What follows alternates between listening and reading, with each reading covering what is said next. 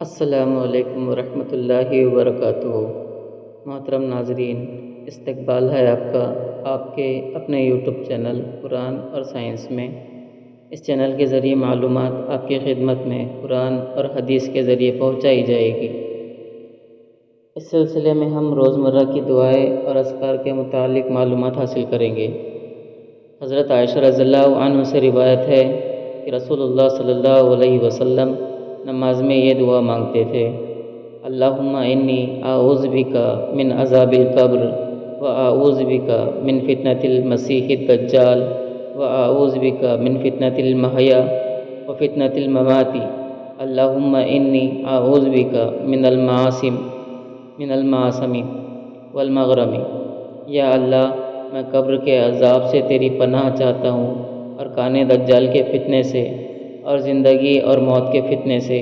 یا اللہ، میں ایسے کام سے بھی تیری پناہ چاہتا ہوں جو گناہ کا باعث بنے، اور قرض اور نقصان و جرمانے سے تیری پناہ چاہتا ہوں۔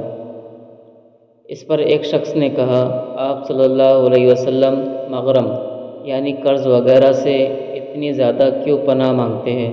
تو آپ صلی اللہ علیہ وسلم نے فرمایا: انسان جب مقروض ہو جائے تو بات کرتے ہوئے جھوٹ بولتا ہے اور وعدہ خلافی کرتا ہے۔ تشریح: المعصم، معصم وہ چیز ہے جس کی وجہ سے انسان گناہ کرے۔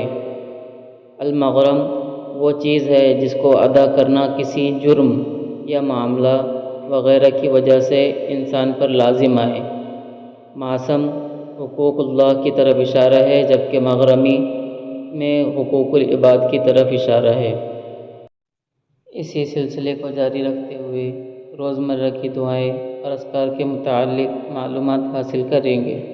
السلام علیکم ورحمۃ اللہ وبرکاتہ۔